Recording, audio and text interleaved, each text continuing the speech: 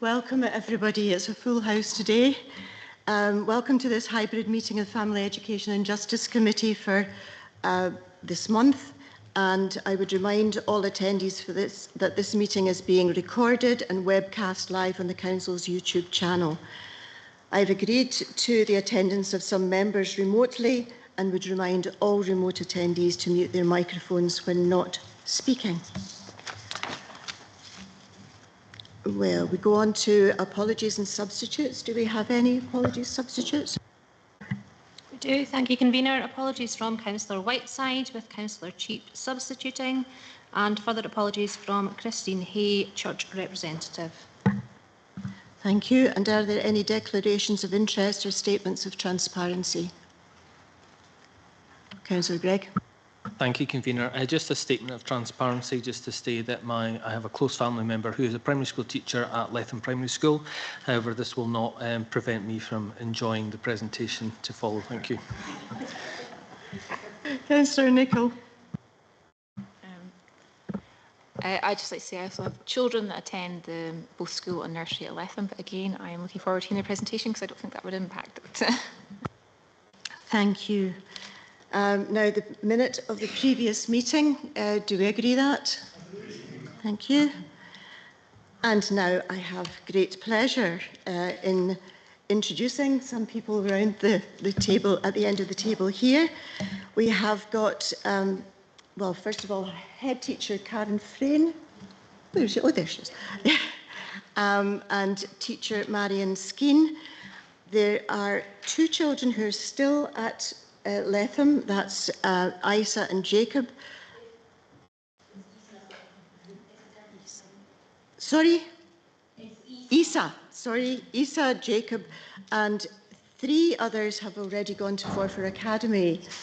I hope you're enjoying yourself. Are you? Great. Emily, Lydia, and Ava. Okay. Now, they are going to do a presentation showcasing learning for sustainability in Letham Primary School. This is such an important thing now. We're all so aware of climate change, and these young people are looking at ways in which they can help the situation. Okay, who's starting? Over to you, Jean. Hello, and thank you for having us along this afternoon. I'm just going to talk through the first few slides, and then I'm going to hand it over to the children to talk about some of their experiences.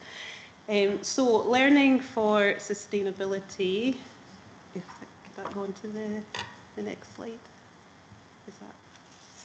Yeah, brilliant. Thank you. So, I believe, as a lot of people do, it's such a crucial subject. I'm very passionate about it, and I really believe that, you know, the children are our future. So arming them with as much knowledge as we can is really important. But also, you know, obviously us as adults have a lot of responsibility as well. But I just feel it's really important, as we do at Letham, and I know many people do, that people know about the topic of sustainability and the issues that are surrounding it, with a view to them becoming sustainable citizens that want to contribute to the well-being of our planet. But just, I suppose the hope is that it almost becomes second nature to them as well. And it's just something they do as part of their daily life, that it doesn't have to be big things that they do. They just do it. So if I could go on to the next slide. So what I like to impress on the children is that small changes can make big differences, because I think sometimes the whole topic of climate change can be quite overwhelming, and people think we've got this massive thing that we need to do to try and reduce climate change and be more sustainable. And I think especially for children, if there's too much negative messaging, that can be detrimental as well. So I very much like to take it from the angle that, well, if we all do a little bit, that contributes to a greater whole. And we just talk about small steps, again, that they can do in their everyday life, whether that's just switching off a light when they leave the room, switching off their Xbox, my class this year are great. Most of them cycle or walk to school. So it's just talking about, just alternatives that are easy to do. But again, something they can just do in their everyday life. And we always talk about if each of us are doing our little part, then that comes together to make a greater whole. So I very much like to sort of impress that image on the children as well. So how do we embed sustainability at Letham? So it is very much, I find opportunity I can to put it into the curriculum. So whether that's through literacy, topic, health and well-being, art, whatever, outdoor learning, it's just looking for opportunities to lace that in. So although the children know we're talking about sustainability, it's not being talked about as I suppose, a subject on its own. It's being laced into other things that we're doing a lot of the time so that it becomes a more meaningful context for them as well. So that's what the children are going to talk about now, just some of the activities that we've been doing in the classroom in our different curricular areas, and hopefully a little bit about what they've learned from that. So our first slide is on literacy. So Lydia, you're going to talk about that. Our novel studies have themes which allow for LFS issues to be explored. The novels are Eye of the Wolf by Daniel Pennick and Wilderness Wars by Barbara Henderson. There are lots of opportunities to link to the SDGs to both novels. We explore the poetry of Benjamin Zephaniah, which has lots of topics to discuss and lots of follow-on activities such as writing poems, exploring waste produced at Christmas, animal kindness poems, as well as linking many of the SDGs to his poetry. And I know when Barbara Henderson visited and told us about her book and how she cared about obviously the environment, it made me want to get more of her books, so I ended up having 3 of my own at my house. And I've shortened that to SDGs, but it's Sustainable Development Goals, which you probably know, but just to see that. Science. Our P7 topics include materials that we use from the earth, energy sources, and the circular economy. These are all great topics for exploring sustainability. Last year, we participated in the Learning Lab and workshops organised by the Dundee Science Centre. We also participated in a STEM workshop with the Engineering Development Trust, which allowed the children to gain an Industrial Cadets Award. These workshops were looking at technologies and ways of life being developed for a more sustainable future.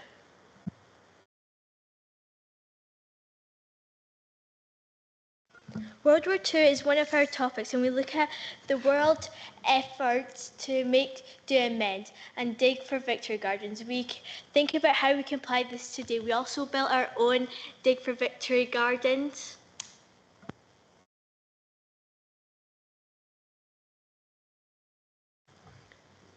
Through our topic on food, we look at food waste and we create our own ugly veg to promote eating less than perfect fruit and vegetables.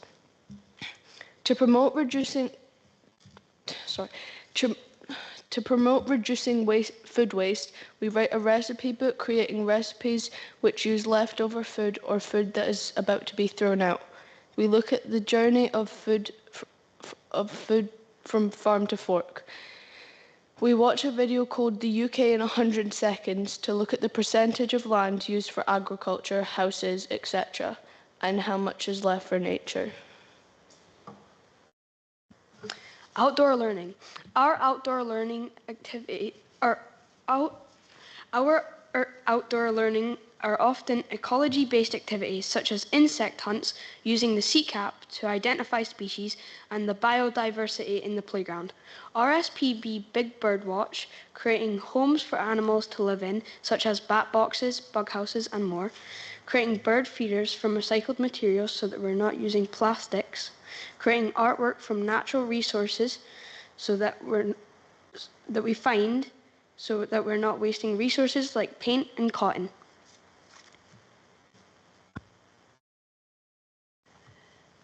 So as well as integrating things into what I'm already doing in the classroom, I use a lot of outside agencies as well Keep Scotland Beautiful is brilliant for producing live lessons throughout the year. And at the moment, for Climate Week, we're engaging in live lessons every day, every morning with Keep Scotland Beautiful. We had a project last year with the Dundee Science Centre called the Learning Lab to investigate STEM activities. And as was mentioned earlier, the Industrial Cadets as well, which is actually then an award that the children can get at the end of that. We've signed up to be involved with doing a circular economy project this year, and also a project with Angus Engineering through Angus Council.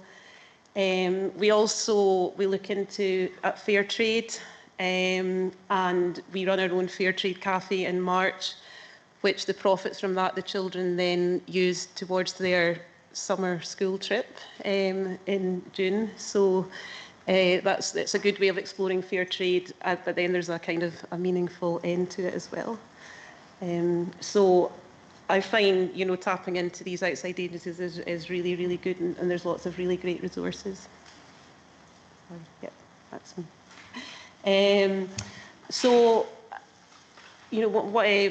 Something teachers can find is the pressure of trying to fit all the different elements of what we have to do into the curriculum, and possibly sometimes sustainability or learning sustainability can maybe be put to one side. So I wanted to think of how can we, again, sort of lace this in to what's already being done so that it is explored. So I looked at all our IDL topics from P1 to P7, particularly our people in the past ones, and we've now sort of got them in kind of a chronological order. And the reason for that is obviously to still focus on people in the past, but to look at kind of the changing landscape as well. So to kind of look at what was Scotland like hundreds and hundreds of years ago, and how has that changed and why. So just looking at changes in population, the Industrial Revolution and all that kind of thing that's kind of taken us to the point we are now. So again, so it's learning for sustainability being explored through work that was kind of already in place, but just extending it that little bit further. And then our sustainable development goals, again, they're being interwoven into so much of what we do. And we've actually used them as an assessment tool as well now. So particularly after our IDL talk, well, when the children are planning out their IDL topics, they sort of think which sustainable development goals will link in with that. And then once they've done the topic and they're sort of doing their assessments on the topic again, well, what have we learned about that sustainable development goal in relation to that topic? And again, it's just all about, I suppose, making these second nature for the children, and that they know what they are and what they actually mean and what they mean in the real world. So that's us. Well, thank you very much indeed. That was fabulous. Really enjoyed that, because you brought it really down to earth as what you're doing every day. It's really terrific. I'm sure there must be some questions or comments. Councillor Meehan. Thank you very much for the presentation. It was very interesting and good to see pupils getting involved in these activities. I was very interested in the Fair Trade Cafe. Could you maybe say a bit more of what that looks like?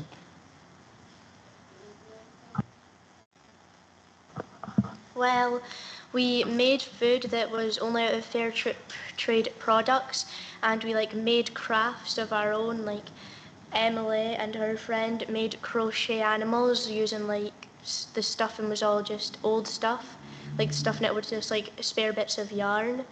And there was just so many people contributed and so many people came in, and it was just really good to see all your hard work pay off. We do quite a lot of work on fair trade leading up to it, and then it sort of culminates in the cafe at the end. But we'd also been talking about the circular economy, so we could bring that in as well. So quite a few of them had stalls where they were making new things from old resources. So that was a really nice sort of tie-in as well for that, which they could then sell. So it was kind of a little enterprise project as part of the cafe as well, which is really good. Councillor Clark. Good afternoon, everybody, and good afternoon. One thing before my question is just to say I'm fair chuffed to sit here and hear you speaking. It's just great to hear young people at your age. I was never encouraged to say anything. Probably that was a good thing. Stop me blaring now. But what I do want to ask you is, because of your enthusiasm and your passion, do you find that that comes out when you go home and when you speak to adults in your lives? Because I happen to think and believe strongly that we learn so much from young people. So I wonder if that's the case. Well, in my case, yes, I do like to talk to a lot of people. I like to learn from a lot of my friends and other relatives. I like to ask them questions, and I think a lot of the time I help them in most ways, and they help me in even more ways. Great answer, thank you. Very good answer indeed. Councillor Bell, she's online. Thank you, convener, and thank you, everyone. That was fantastic. And I absolutely get and support the sense around covering these topics and, you know, right across the school curriculum. Seeing it integrated in that way makes all the sense in the world. I was really interested to pick up on the Benjamin Zephaniah mention there. I'm a big fan and was actually privileged to see him live in Perth a few years ago. And he talks a lot about slavery, climate change, refugees. You know, what can you tell me about what you learned from his work that fit into what you were doing around sustainability? And thank you so much. Well, we looked at his poems and we thought, what SDG links into this? And often it was more than one. And it was just like really analysing it. So we looked at All I Want for Christmas, Talking Turkey, and lots more. And it was really good because like it was something so important put into a poem that was so catchy.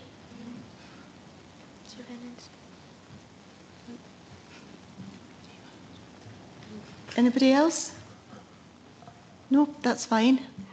Now, sorry, Councillor Speed.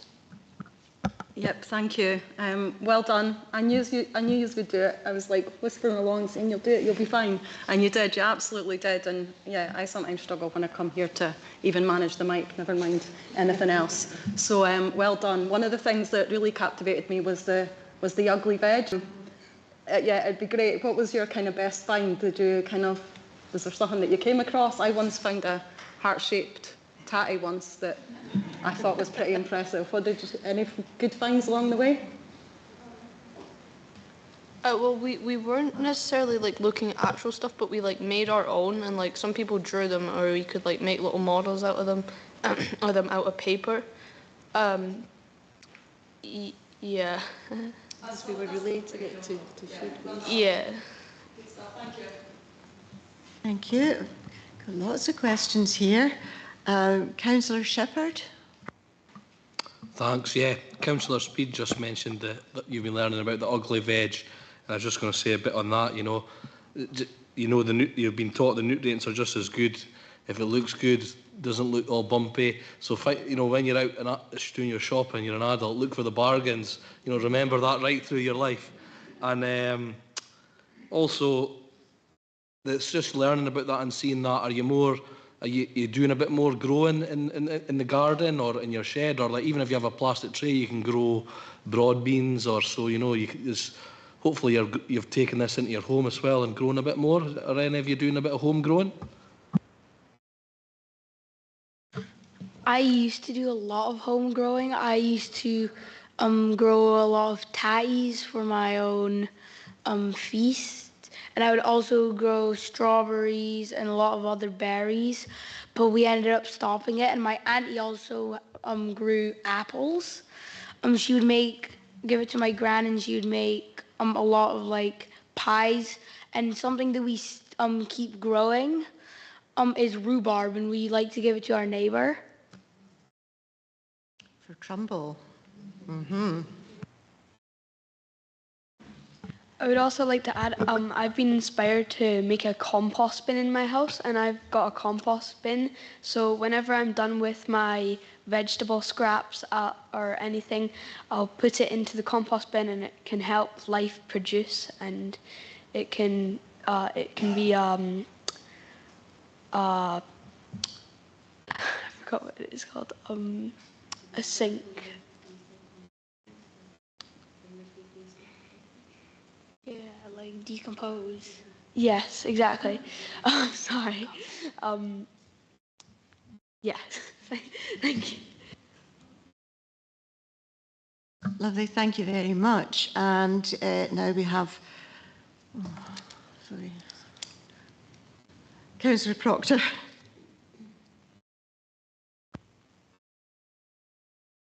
Thanks very much, convener. Thanks very much, boys and girls, and for the teachers and the staff who've sort of helped you with this excellent project. When I was a wee boy, when I was about your age, you might not believe this, but we still had rationing after the war, and sugar and various things were on ration, and we didn't get very much sweets. And we had to do just what you're doing just now. Had grown a lot of your own stuff, your own vegetables, and a lot of your own food. And we used to go and gather potatoes and raspberries and berries. And of course, that's all done by machinery these days. But one of the things that we never really fully understood was sort of a lot of the wildlife and like the bugs and things like that that go on.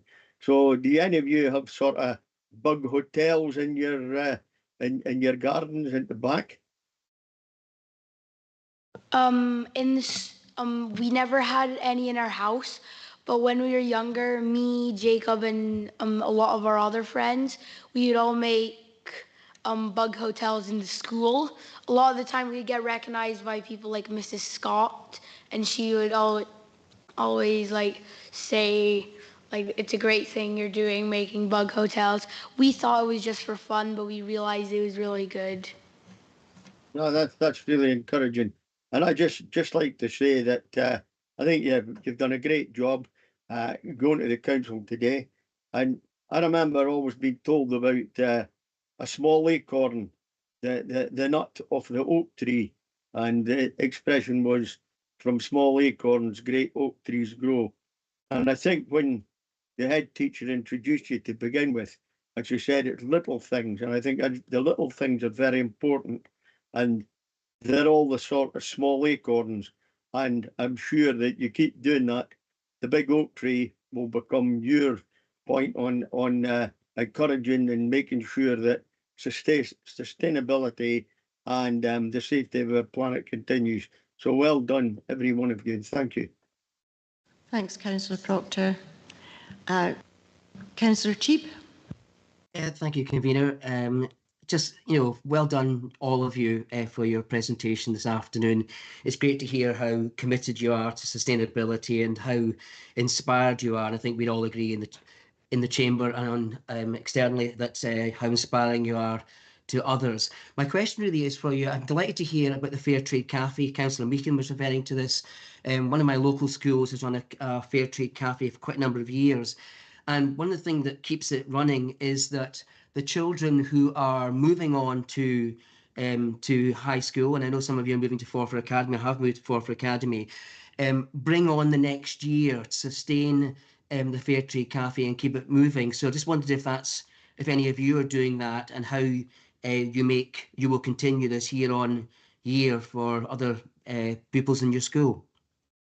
Thank you. Sorry, can I answer that? Yeah, we just do the Fair Trade Cafe is just a one-off that we do in March. So the children don't really pass it on to the next year group. I do a series of lessons on fair trade sort of leading up to the cafe, and then from that each year group. So each cafe's been slightly different as well, depending on the ideas that the children have had based on the lessons leading up to it. So each year it's kind of a restart, but it's which is nice in a way because it's sort of kind of personal to that P7 as well. Yeah, I'm sure you've got as much Based on the learning enthusiasm. we've done. Yeah, great. I mean, they're always, yeah. And I hand it over to them as well because they come up with ideas that I would never think of. So, so it's absolutely brilliant. I've been all learning, can't we? That's great. Thank you very much. Thank you very much indeed, everybody, for your questions and for your answers, which were terrific. It is very daunting coming into a place, and one of you said, I didn't think there'd be so many people in here, but then you notice there's all these ones on the screen as well. So you've done a fantastic job. Thank you so much. Very articulate, and you're obviously thinking through all these things so well. So thanks very much again, and we'll let you go. Oh. No, sorry, it's okay. We'll let you leave now, and I hope it's not raining out there. Bye-bye.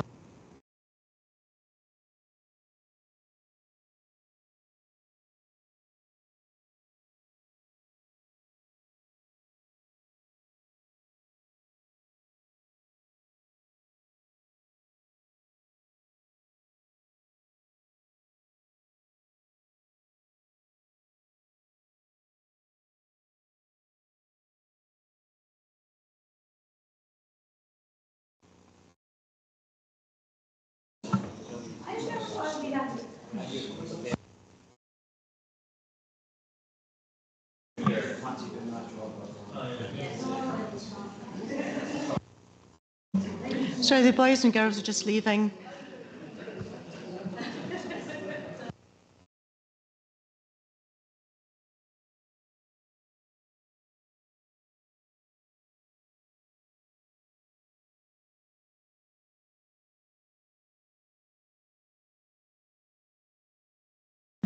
So just for those online, we have one of our young visitors wants to be an elected member in future.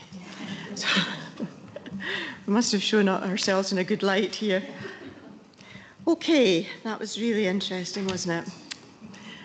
So we go on to number 5, which is Angus Council's Community Learning and Development Plan Progress Visit Report. It's going to be presented by Audrey Meachie, who's not here, she's online. It certainly looks as if it's been a tremendously good inspection. I think CLD over the years has had loads of changes, a whole variety of different ways that have been working. But I think from what's said in here, the leadership is incredibly good.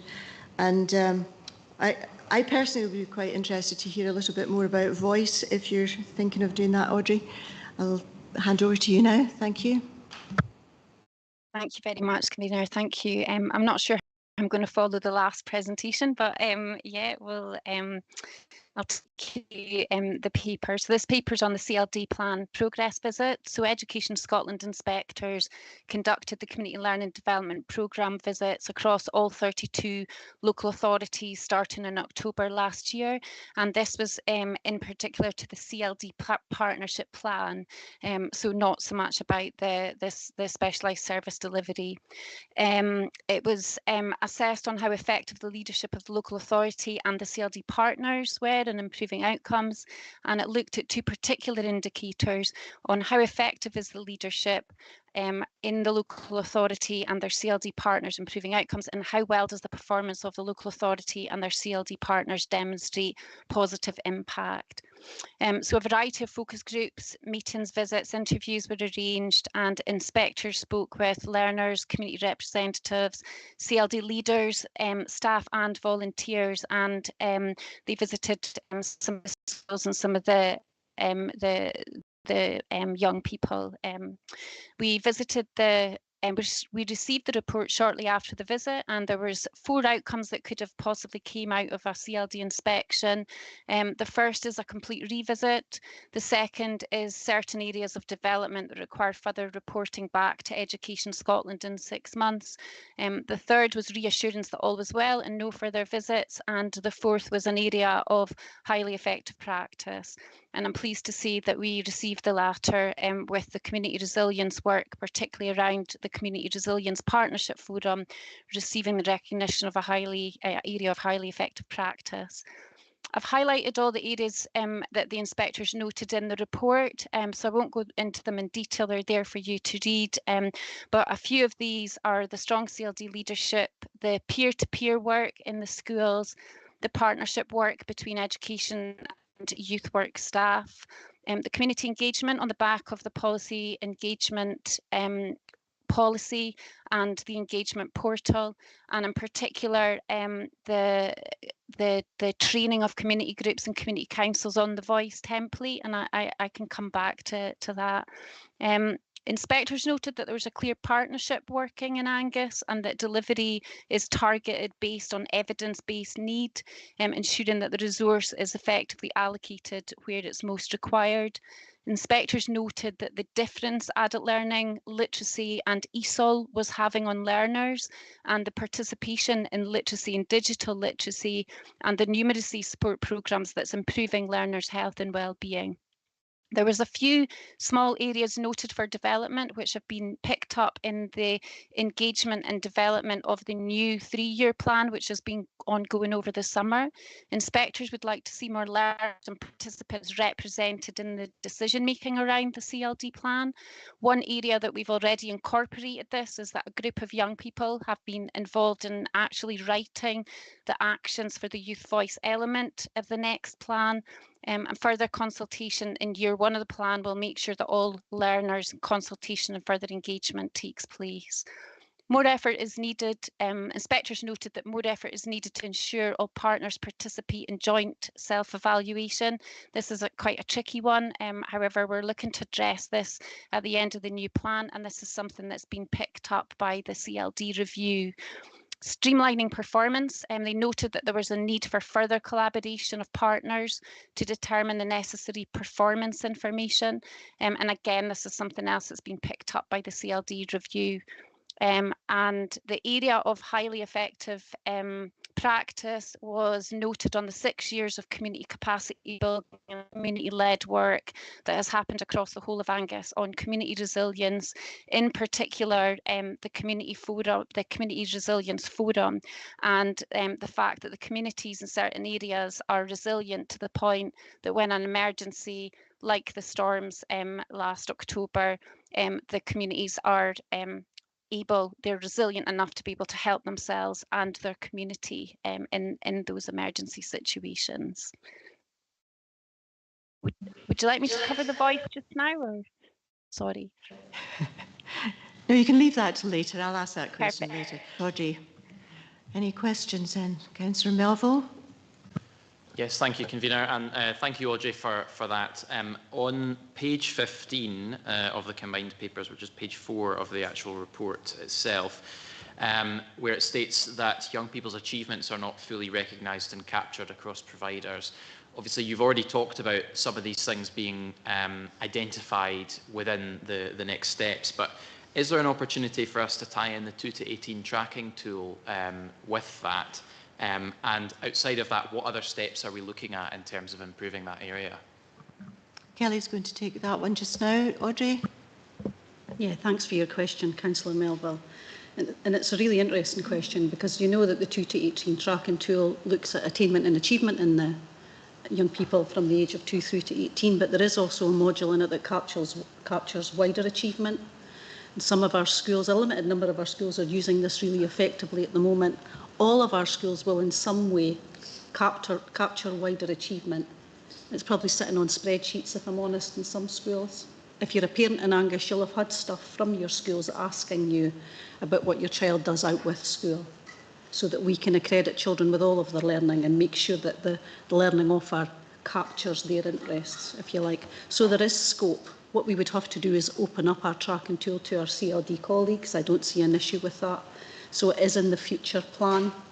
And similarly, for our young people who attend college, in our future plan is to open up the tracking tool so that their learning at college is more carefully tracked, so it's all related. I hope that answers it. Audrey, is that okay? Is that okay, Audrey? Yeah, perfect. Carry the Right, I've got quite a few questions here, starting with Councillor Bell, then Craig, and then I'll go on to the other ones. Thank you, Convener, and thank you, Audrey, for going through the report, and well done on such a positive report there. I wanted to pick up on the resilience work and initially pay tribute to all the community groups who are playing such a huge role in resilience in their own areas, and they haven't had their sorrows to seek over the last year, have they? It's been significant. So not just in Kirriemuir and Dean, but right across the whole of. And I guess I've got a couple of questions tied in there, Audrey, if that's okay. One is around, it seems to have been a bit easier to build up those resilience groups in more rural communities, in the smaller communities. But towns aren't one entity. They tend to be made up of smaller communities. Are we making any inroads there to help different parts of towns come together to deal with adverse weather and other significant events? And also around the young people work, you know, we're seeing, and we have done for a very long time, the kind of demographic that tends to get engaged with community councils, resilience groups, and so on, really need additional support, I think, from younger age groups. And what are we doing to support more young people into that kind of pipeline, if you like, so that they become and stay engaged in what's going on in their communities, to spread the load a bit. I do worry about sustainability of some of those groups. They're doing incredible work, but possibly can't go on forever. Thank you. Okay, Audrey. Thanks, Councillor Bell. Yeah, I think to do with the first one, there's been a lot of work, and you'll remember just at the end of last year, we even managed to commission Flood, I want to call her Flood Mary, Flood Mary, to come up and visit some of the more central areas. We did visit some of the rural areas as well, and to try and just encourage everyone to come forward and talk about different ways about resilience. That was actually very successful. One of the good things about the Community Resilience Forum, and actually where this started from 6 years, is it's actually started from that position of being community led. So we're in a very fortunate position that with a bit of capacity building and support from the officers, it's actually the communities themselves that are going out and doing the different road shows and going around. But I would agree, and something that I'll take back is just how we look a little bit more closely at the built up areas, and Brecon is obviously on the cards for really looking at how we can get wider support for that resilience going forward. With regards to young people, again, a very good point, and I think there's a lot of work done through the engagement of young people, and there's certainly quite a lot of the projects that's been taken forward. One of the projects that was identified as doing really well in the inspection was a piece of work that came off of the back of the 5 Ways to Wellbeing engagement, where a group of youths actually worked with our members of the Young Youth Parliament to follow through some transport projects. So it's something that we can take off the table and actually look to how we can get more youths involved around the community resilience. So that's certainly one that I can take back, Councillor Bell. Thanks, Audrey. Councillor Craig. Thank you, Convener. I had a very similar question as to Councillor Bell, and it's been answered. Thank you. Right, okay, then we can go on to Councillor Proctor. Thank you very much, again, very similar to Councillor Bell's questions and points. And I think, Audrey, you mentioned the resilience presentation. It was in Brechin Town Hall last year. I remember attending that and finding it was well attended by people who'd been affected. But like Councillor Bell, I still feel that there is quite a few of the small areas where people are actually struggling with resilience, and the community councils I attend and the areas I attend, similar, well, the same as Councillor Bell, we have noted that there is a reticence of people to get involved, and I think something like another presentation might be another way of trying that circle.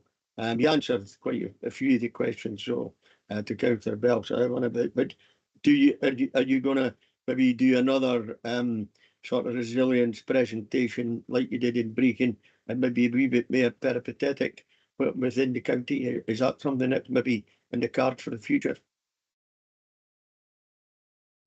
Okay, Audrey.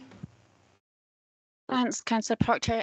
Absolutely, and I think it's something that what we would do is take back to the community forum, because the majority of the work is actually led by the community forum, but it's something that we can actually look to working with maybe some of the community councils as well. So absolutely, we'll take that up. There is another community forum scheduled in very soon, so we'll get that on the agenda, Councillor Proctor. Thank you very much. Councillor Wan. Thank you, Chair. Audrey, just a very quick question answer, but it mentions, and you touched on it at the very start, partners cannot yet evidence the full impact of CLD. Can you just maybe explain a little bit about how the evidence is going to come out from all the good work that's been done? Thank you very much, Councillor. Yeah, that's a really good point, and this is one that has actually been picked up by the CLD review, the national review, and it's actually one that Scottish Government and COSLA are currently looking at the moment. So the report is sitting waiting on further actions to come out. What the discussions that have been ongoing, and really one of the challenges is that the outcomes across CLD differs, and it differs from place to place. CLD sits in lots of different areas within lots of different councils, and does different types of partnership depending, on the needs of the community. So one of the recommendations of the CLD review by Kate Still was to actually try to standardise some of the outcomes and the reporting, and once that's in place and has a ripple effect down. I think what we've done, and we've taken not just the recommendations for development of this inspection, we've actually taken quite a lot of learning from the process itself, from the inspection. And one of the things that we've started to look at is just the decision making around CLD and Angus, and we've got a couple of new networks. So there's a new youth network set up. We're in the process of re-establishing the adult learning network, and we've already set up a sort of leadership group around community development in Angus, and through those governance models we'll actually be able to, at a local level, really look and develop that point. So I hope that helps, but we're certainly doing our best through the next. So the engagement has actually finished. The first draft of the new 3-year CLD plan is written and will come back to committee in November after it goes to the community planning partnership. And through that new plan, we're really looking at how we can do joint evaluations and really nail down the difference in the outcomes that's being made. Thank you, Audrey. A very full response. Thank you. Councillor Clark. Thanks very much, Convener. And as has been said before, part of my career was working with young people, and I always love the opportunity to get that again. And there's quite a few things I've been listening to here, but particularly on page 14, the big paragraph there that starts with partners are skilled. And we speak about the 5 ways that Audrey's already spoken about earlier to well-being. And we mentioned earlier peer group work. It's just all grist to the mill as far as I'm concerned. And when we end that paragraph and we speak about the young people facilitating this work have increased leadership, teamwork and communication skills. Well, we saw that in plenty earlier, just if you needed an example, there it was. And then we mentioned that they're going to badge that up with again in their silver, their Youth Achievement Award. So that can be the old-fashioned Duke of Edinburgh Award, as is not called that now, or Saltire Awards, or Millennium Volunteer, or whatever. Young people have always managed to do that. So they've been given the chance with CLD, and I would expect no less. So fair chuffed to reading it. I'm very chuffed this afternoon. Thank you. Thank you. That was a comment. So are there any other comments? Councillor Speed.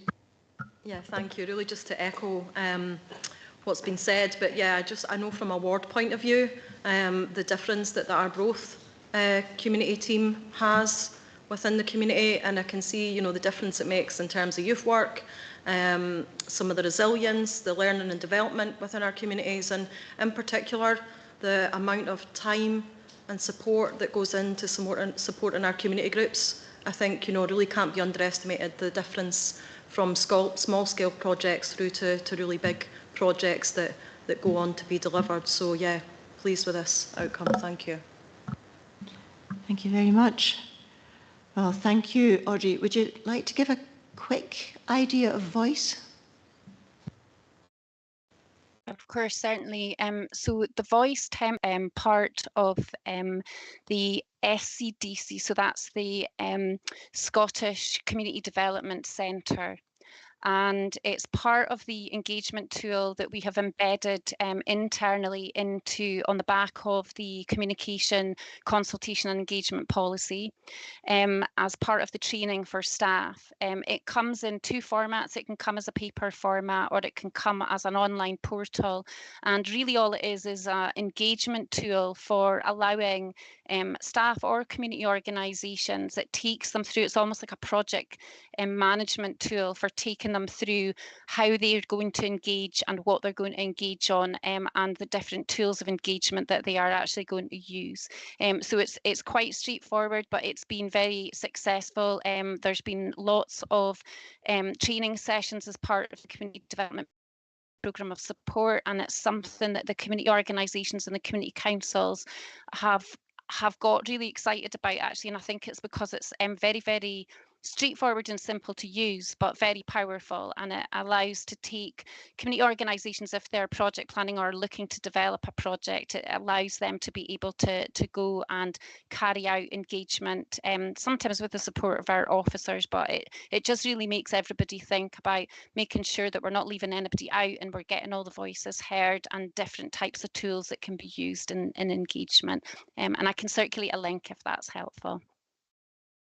Thank you very much. Yeah, I mean, I think that is great. I've often felt that sometimes some of the community groups, maybe community councils, are not able, they don't know how to get out to engage with the community and there to represent them. So, I think that's wonderful. That's a great step forward. Well, thank you very much. You've had lots of questions and comments. So thanks very much, Audrey. And we will now move on to Angus Education Report 23-24 and update of Angus Education Plan. And as always, there's a huge amount to read in here. It's going to be presented by Kelly McIntosh. As I go around the schools, I just see all this going on. It's so exciting when you read this plan and then you go to these schools and you see it in action. And we saw some of it in action just now. And the way that young children speak about their learning, they know what they're doing, they know when they've done it wrong and how they have to correct it. And I just find it so impressive, actually. So, Kelly. Thank you. Sorry. I'm on the recommendations page here. Sorry, yeah, the recommendations for the last number 5. There are 4 recommendations. I'm not going to read them all out. Do you agree them?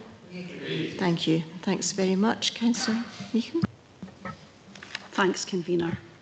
So agenda item number 6 is the Angus Education Plan report for 23-24 and the update of the Angus Education Plan. The papers are lengthy, so just to help, Appendix 1 is the report on the progress towards our improvement priorities for last year. That was school session 23-24. Appendix 2 contains the Angus Education Plan priorities for session 24-25, so that's this school year. And Appendix 3 provides details of our performance in relation to the Scottish Government core stretch aims, which we've discussed here before. Appendix 1 on pages 21 to 49 of the combined papers is generated directly from the Council Performance Management System, Pentana. For each priority, the narrative begins with a reminder of what the outcome was that was in the 23-24 plan. So that's to save you having to look between 2 documents. Officers have then detailed the work that has been undertaken throughout the year. Finally, we use the next steps to show whether this work continues to be a priority in the 24-25 plan, whether the work is ongoing but we've moved it down to a service level plan, or whether that work has been completed. Appendix 2 details our priorities for session 24-25. We continue to plan under the 3 themes of Angus Cares, Angus Learns and Angus Improves. Importantly, our priorities are arrived at following consideration of the national context and our local context. Themes arising from our analysis of the improvement plans from each of our settings and of course our data. In addition to this high-level plan, we have a series of service-level plans, all with associated action plans. So what you're seeing here is just the very highest level plan. Every single one of our settings also has their own improvement plan. You will note that the national context is referenced in the first column in the logic models on pages 60 to 66 of the combined papers. During last session, we saw the publication of the Promise Plan 24 to 30. This is the latest in the suite of the Promise publications. Plan 24 to 30 states that by 2030, our workforce will have access to appropriate learning and training.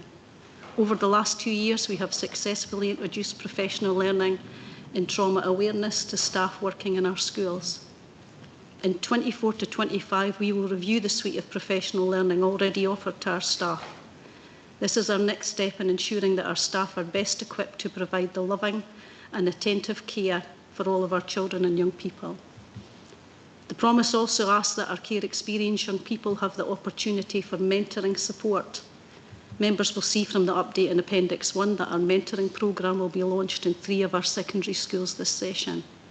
As we develop this programme, we will continue our work with colleagues in Children, Families and Justice to ensure that young people with care experience are a part of this programme where appropriate. The recently published Equally Safe Delivery Plan for 24 to 26 now has commitments relevant for our schools and is linked to the Preventing Gender-Based Violence Guidance for Schools. You will note reference to both of these important publications. Aligned to the work completed last year on our anti-bullying policy and our continued work related to GIRFEC, we will conduct a review of behaviour in our schools in order to better understand the themes in our schools and how these impact on the learning of all of our children and young people. Last session, we continued to implement the recommendations from the first phase of our ASN review, whilst progressing with a focus on the 4 pillars of inclusion: present, participating, achieving and supported in a sample of our schools. With 33% of learners in Angus having an additional support need, it is important that we equip teachers with practical tools to support inclusion. An introduction to the Circle framework was offered to all schools and whole school training provided to participating schools throughout the session. Web-based Circle training was also offered to all schools and guidance to accompany this resource was developed. The aim is for all Angus schools to implement Circle over the next few years. As the level of need and complexity of need continues to increase, we are committed to provide a continuum of support and provision to meet that need locally, and will engage parents and carers in this process through planned events this session. In the Angus Learn section of the plan, members will notice a real focus on Primary 7 and S1 and the journey from Primary 7 into S1. As we work to improve outcomes, we are focusing on a learning experience which is coherent from the early years to the senior phase. Beginning with a focus on learning at the end of primary and the start of secondary will help ensure that this important transition allows for learning pathways to be coherent and for our secondary staff to better understand the prior learning of individuals as they enter S1. Angus Improves has the detail for each of the targets we have set for our Scottish Government core stretch aims and our continued commitment to developing the leadership capability of our senior leaders. Appendix 3 contains the data relevant to each of the core stretch aims. In addition to what you see in all of this paperwork, it's important to say that there is an extensive programme of improvement activity carried out every year. This is based on our assessment of whether each of our settings requires universal, targeted or intensive support and challenge to improve. The virtual school leads on this work in partnership with leaders across the system as appropriate. And finally, and perhaps most importantly, before my team take any questions, I'd like to take this opportunity to let you know that this will be Jim Hammond's last committee session as a member of Angus Council. Jim leaves in November to take up a post with His Majesty's Inspectorate for Education.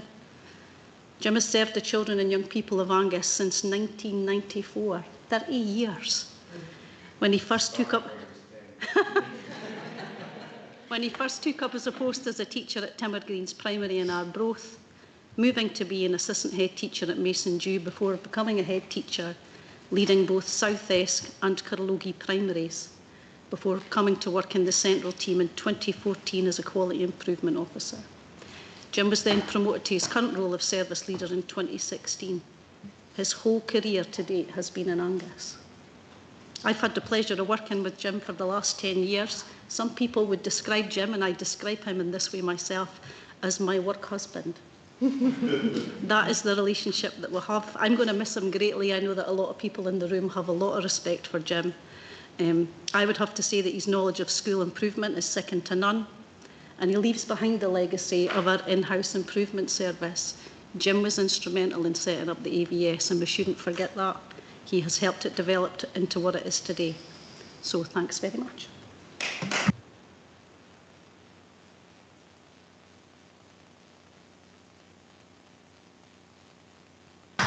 Thank you very much, Kelly. I had thought you were coming to another meeting, otherwise I would have said something myself. But I will certainly miss you. You have been a very much a go-to person for me, as well as Neil, obviously, but we've known you a bit longer and really appreciate all the support, the advice, everything that you have given. So all the very best, but I'm really sorry to see you go. Right, then. Questions? Councillor Melville. Thank you, Convener, and thank you, Kelly, for the update. I was pleased to hear you mention the circle training in your introduction there, and obviously we can see that the 7 primary schools participated, but I wonder if you could just set out to the committee what the particular areas of emphasis are in that training. And you've said that the aim is for us to have all Angus schools implement that over the next few years, but do we know what the rough timescale of that is? Thank you, Councillor Melville. If I can just tell you a wee bit about the Circle framework, first of all, it's a resource that was developed originally in 2015 by Queen Margaret University, Edinburgh City Council and NHS Lothian. It's since been updated in 2021 and promoted by Education Scotland across all local authorities. And really it's a resource that brings together effective inclusive practices, helping teachers to support the learning, participation and inclusion of all children. We know from research that inclusion is influenced by the physical environment, but also by attitudes, expectation and opportunities, as well as learner skills and abilities. So the Circle framework really focuses on the environment, so that's the physical layout as well as the social aspects. So physical layout of the classroom, resources within a classroom and social groupings to support learning and relationships. It also looks at structures and routines, so how do we provide consistency, predictability for children in their learning, motivation, so support and encouragement to engage, and also skills such as attention, concentration, growth and fine motor skills and communication skills. So maybe just to give you an example, a teacher may consider the sensory supports that are available within a classroom setting, so providing movement breaks for learners, quiet areas, fidget toys, seating arrangements. And if the supports and strategies of an inclusive classroom are in place, then this will reduce the extent to which additional support is needed for individual learners. So there's two scales within the Circle framework. One is the Circle Inclusive Classroom Scale that supports teachers to rate their classroom environments on these aspects that I've just mentioned, but also to identify any changes and to measure the impact of these. There's also the Circle Participation Scale, which then can be used to support individual learners, and that would give an overview of learners' strengths and areas for development and strategies that teachers can use. So lots of our schools have taken on board the Circle and the Circle online training, and things are stretching for by 2027, but I'm sure we'll meet that beforehand, to have all the schools undertaking Circle. And as Kelly stated earlier, with over a third of our learners in Angus having an additional support need, it's really important that we provide all our teachers, mainstream and ASN teachers, but with the practical tools that will support inclusion, and Circle is the tool that can do that, and our evaluations of those that are on board are showing that it is making an impact so far. Thank you. Thank you very much. Now we've got Councillor Gregg and then Councillor Bell. Thank you, Convener.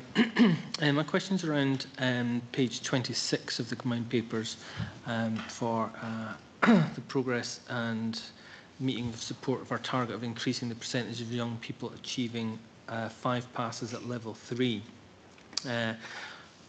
Obviously, we would all want our children and young people to be the best that they can be and try as hard as they can and achieve the best.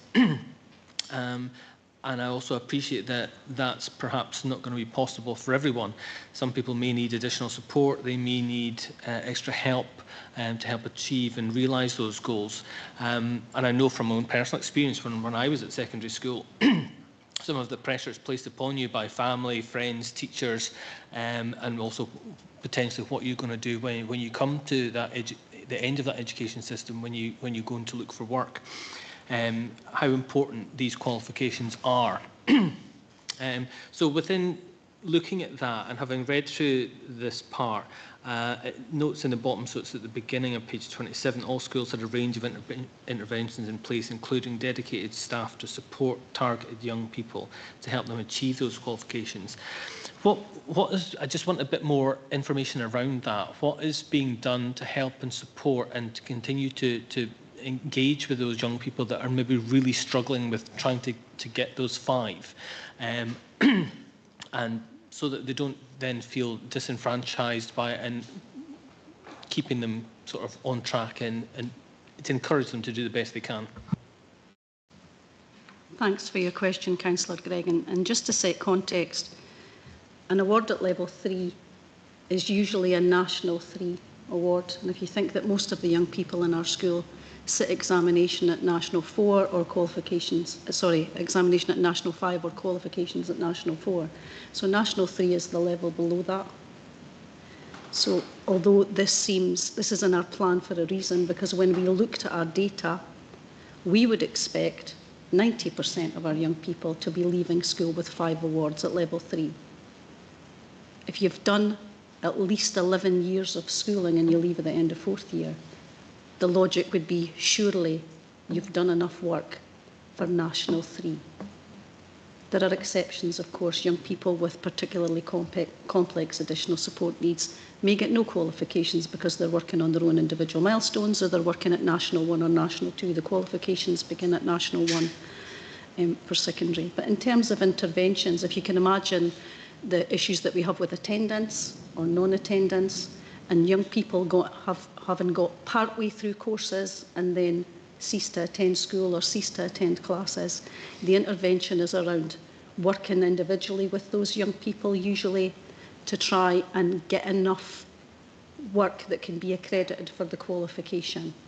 So as an example, for English at National 3, it's one piece of written work and one presentation or talk. So when young people look like they're not going to sustain their learning for the whole of the year to get National 4s or National 5s, it's about making sure that the learning is being accredited. That's one thing, and there's a lot of intervention that goes into that with our engagement officers, with staff in the school, with support staff in the school. There are some of our young people whose all of their awards are at National 3 because that's the level that they're learning at the moment, and it's just making sure that our schools are equipped with the right support in place for these young people. I hope that answers your question. Thank you. Councillor Bell. Thank you, Convener. And first of all, I'm really sorry I'm not there to say cheerio to Jim Hammond today in person, but hopefully I'll see you before you go, Jim. You've been a massive support and help to me dealing with caseload. And Kelly, such a rich set of information there. Really grateful for all the work that's gone into that. Particularly keen to see that, the work that's being done on gender-based violence and anti-racism in our schools. That's so important, particularly over the use of social media these days. But as a corporate parent, I wanted to pick up on a little reference on page 23 in Appendix 1 around the promise, around informal exclusions. That gave me a wee bit of concern, Kelly. Do we have any data at all on those? And could you give me some background information around what is actually happening there in the context that that's set in, please? Thank you.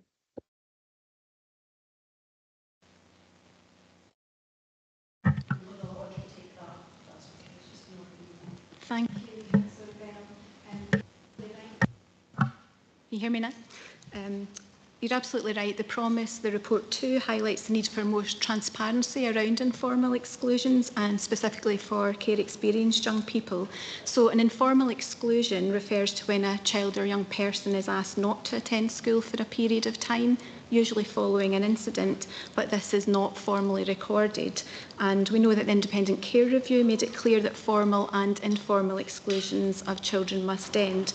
So in Angus, we're committed to the delivery of the Promise Plan and also to end formal and informal exclusions, especially of care experienced children and young people whom we know are adversely affected. So our own preventing and managing exclusion guidance for schools is in line with the national policy, which is included Engaged and Involved Part 2, and is very clear that the decision to exclude a learner who's looked after should be avoided and only taken in consultation with a child social worker, who would be the lead professional, and carer to consider the implications and potential impact on the well-being of the learner and any potential placement. So all exclusion decisions must be formally recorded on CMIS. So we're very clear with our head teachers around that. That transparency allows us to monitor appropriately, and we do that and review that on a regular basis. But most importantly, enables support to be put in place through our GIRFEC continuum of need process, so that we can get the learner what they need at the right time. Thank you. Councillor Bell, is that okay? I think I might pick up. Oh, sorry. I think I might pick up Georgia out with this meeting. Thanks. Happy to do that. Councillor Speed.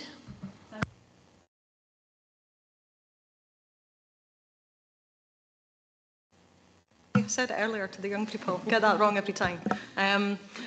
Yeah, I know from the report that literacy and numeracy targets have not been achieved at P1 early years, P4 and P7 for those in receipt of school uniform. I just wondered if you could explain what measures and resources will you plan to put in place to help make improvements in those areas for those children.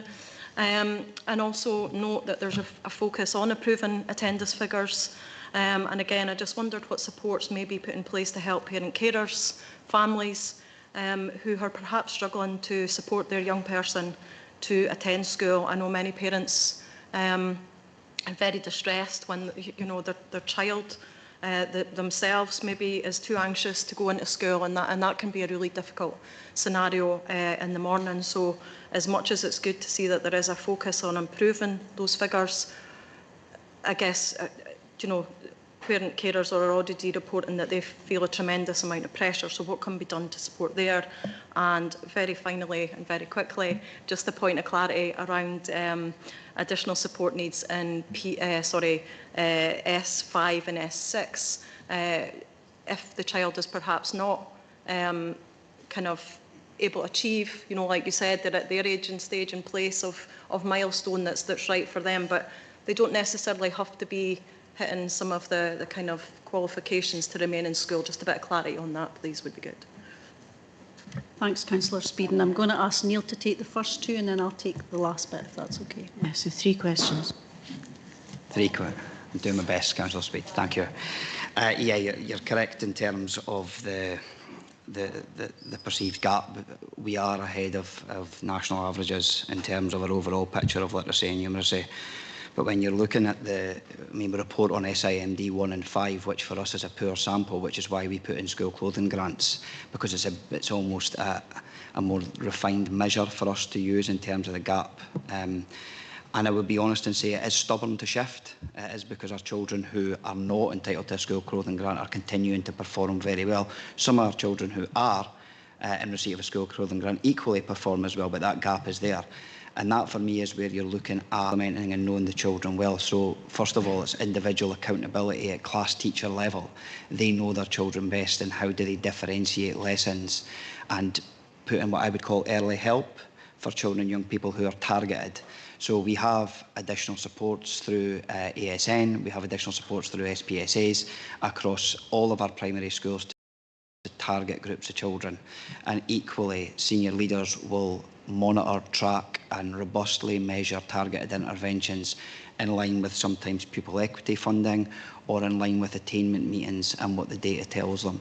So that gap is there, but every single child is discussed, and at times it is individual milestones and it's early help and it's targeted support, but they're all robustly supported and challenged to meet their own individual milestones and goals. But I would acknowledge that that gap is stubborn to shift. I think members are asked to approve Appendix 2, which is in there, and you'll see the gap. We are ambitious. We want to make sure that we're ambitious. These targets are ambitious, but we have a relentless focus on making sure that all of our children and young people achieve more than what was ever thought of them. If I could just pick up on attendance, we do have engagement officers in targeted schools. It's pleasing to see that in terms of primary we are above the national average, ever so slightly. It's probably not statistically significant, but it's 0.06 above. Attendance in secondary is 0.01 below. So we are, again, not statistically significant in line, but these targets are, again, ambitious. We want our children and young people in school as much as we can have them in school. And the engagement officers are where we're data-led around supporting across Brecon and across Arbroath in particular, but we've also used our Scottish Attainment Challenge monies together with our partners in Children and Families, where we are implementing a resource worker that's available across all schools that can do bespoke work that's both proactive and reactive. So Pamela Boland has come in through the Scottish Attainment Challenge. So although we've got a targeted approach where our data tells us, we have an element of equality across all schools through our strategic equity funding and our Care Experience Children and Young People's Fund. So attendance is monitored monthly and it's discussed with schools monthly, and we partner with ASN to do that. And again, I would reassure members that all children and young people are spoken about at those meetings and targeted as appropriate. Can I hand over to S5, S6? Yeah, thanks, Councillor Speed. And I think the first thing that's really important to say is our schools welcome everybody back into S5 and 6. You know, sometimes we've heard stories from elected members, yourself in particular, about young people hearing that there's maybe nothing for them to study. The school have gone as far as they can. That is not our philosophy in Angus, and we would challenge that with any one of our schools. It's also important to say that we have a partnership approach with Dundee and Angus College, because the learning offer in our secondary schools, I believe, is very wide and varied. It's not what would be regarded as the traditional model of national fives and hires and advanced hires. It's much more varied than that. And what we really hope for our, to give an example, people who are in the 6th year who have got the 5 hires, we wouldn't ask that they sit more hires or sit advanced hires. You know, that wouldn't be the only choice they were given. They would be given the choice to do a foundation apprenticeship, or learn how to become a barista, or learn how to cook independently for going to university. And similarly with children who have been working at individual milestones and maybe at the lower national awards, national 1, 2 and 3, there should be scope, and there is scope in our schools, to continue learning at that level or to progress in their learning as possible. It is, however, sometimes difficult to marry up the resource with that really wide curricular offer, and that's something that we discuss. And to that end, we have, over the last 2 years, as you know, put a consortia arrangement in place for advanced hires, and indeed some of our hires between our secondary schools, which allows schools with very low uptake courses that are not viable to run and certainly not best value to be done in a partnership way. And wider across the Tayside region, we have a virtual campus offer that a lot of our young people benefit from, where they study for hires and advanced hires solely online, with a very few sessions coming together each year for the practical part of that course. Thank you. Thank you. Thank you. Councillor Beattie. Yeah, thanks, Convener.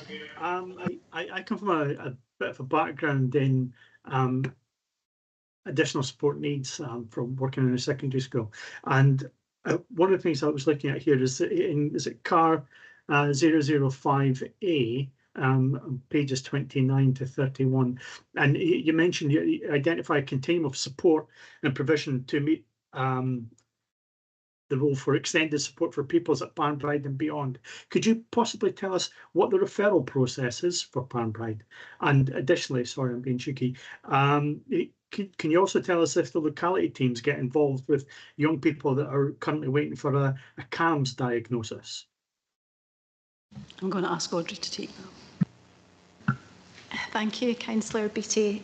So Panbride is part of our ESN service. We call it our Extended Support for Pupils, and it's a resource that's available to, you're right, secondary age pupils from S3 and upwards who experience significant barriers to their access and learning in mainstream full time.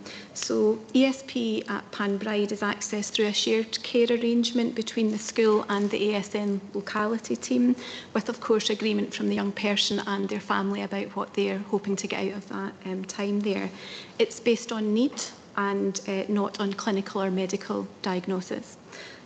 Young people accessing Panbride will remain on their school roll and maintain a link with their mainstream setting, and that will vary depending on their individual circumstance and also the outcomes in their child's plan as part of our GIRFIT Continuum of Need process. Panbride, we offer individual packages of support which may involve access to wider achievement awards, some of which have been mentioned today already: Prince's Trust, Developing the Young Workforce, Youth Achievement Award and John Muir, and or supporting curriculum engagement. So the process for accessing Panbride is currently being revised, so that's timely that you ask, but it will involve a panel, and we're including our secondary head teacher colleagues as part of that decision making process, so they'll be involved in looking at that, and it'll be in a fair and transparent way that's understood, but very much based on the needs of the individual learner. And as stated in our plan, we're reviewing our continuum of support and provision, so Panbride is an important part of that, but not necessarily the only resource that we're needing to look at the wide continuum of need that we have in Angus at the minute. And you're very lucky because Oscar Fernandez is the ESN manager who manages Panbride. He's actually sitting to my left here today, so any more difficult questions I'll be sure to point them in Oscar's direction. Does that help? Thank you.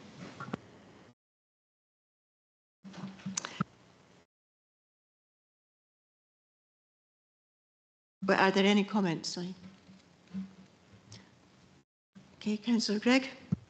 Thank you, Convener. And I just wanted to put on record my personal thanks to Mr Hammond for his many, many years and dedication to the children and young people of Angus, and wish you every success at His Majesty's Inspectorate. Thank you. Thank you, Councillor Gregg. Okay. Oh, Councillor Proctor, sorry, I didn't see your hand there. That was a quick one. Thanks very much, Convener. Just reiterate what Councillor Gregg said. Jim, very best wishes for the future. And I'd just like to thank Kelly and her team for producing this very in-depth report, which is very enlightening. It is the Family Education and Justice Committee, and we learn something every day. I'm really thankful for the glossary of terms on page 22. And I've been educated today that I find out that soap is not just something that you wash your face with, but it's also strategy on a page. So thank you all very much for the excellent report. And again, as I say, for the glossary of key items, which is in the right place, because I say before you start getting into the report and being baffled by the acronym. Thank you. Thank you. Right, let's look at the recommendations. There are actually 6 recommendations in this one. Can I ask that you agree these? Agreed. Thank you. And then we move on to number 7, Angus Adoption Agency Annual Report, which is going to be presented by Peter McDonnell and Lindsay Lang.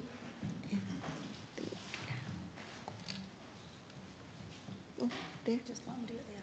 Just do it there.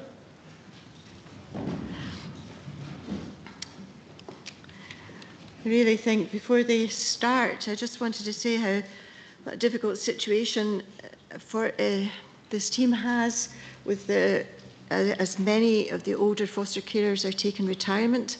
They've given many, many years of loyal help and support of many, many young people.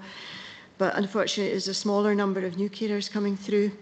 But I'd certainly like to commend all foster carers, past and present, for the incredible work they do, and just hope that more people come forward to help in this.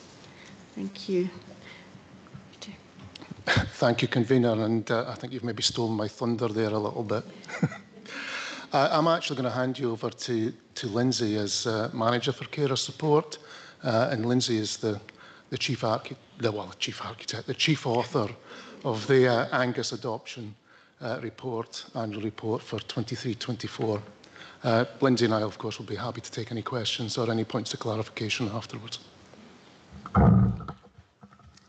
Thanks very much. Oh, can you hear me? Thanks very much. I'm really grateful for the opportunity to come and talk to you today about the annual report for this year, for the past year. The report provides an overview of Angus Council's ability to provide effective services for children and their families, for foster carers, kinship carers and adoptive parents. It also looks at the range of services provided and the demands on our resources at this time. As you probably know, we have a statutory duty to provide an adoption service, and the terms of the service we provide are set out in legislation, and we're required to report on our services every year. On the 31st of March this year, 2024, we were providing care for 165 looked after and accommodated children in family-based care settings. The majority of those children were with foster carers.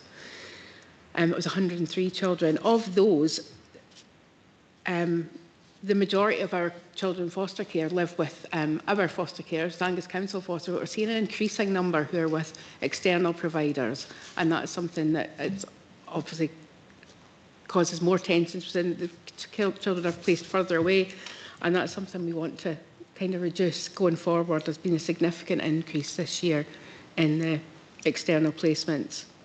And while it is positive that we've built really good relationships with some of the external providers, and we've worked hard to do that, like I said, we do want to see that reduction. The kinship panel, fostering panel and adoption and permanence panels have been continued to be really busy over the past year. We've had around the same, because we pretty much have them fortnightly, we've had about the same number of panels.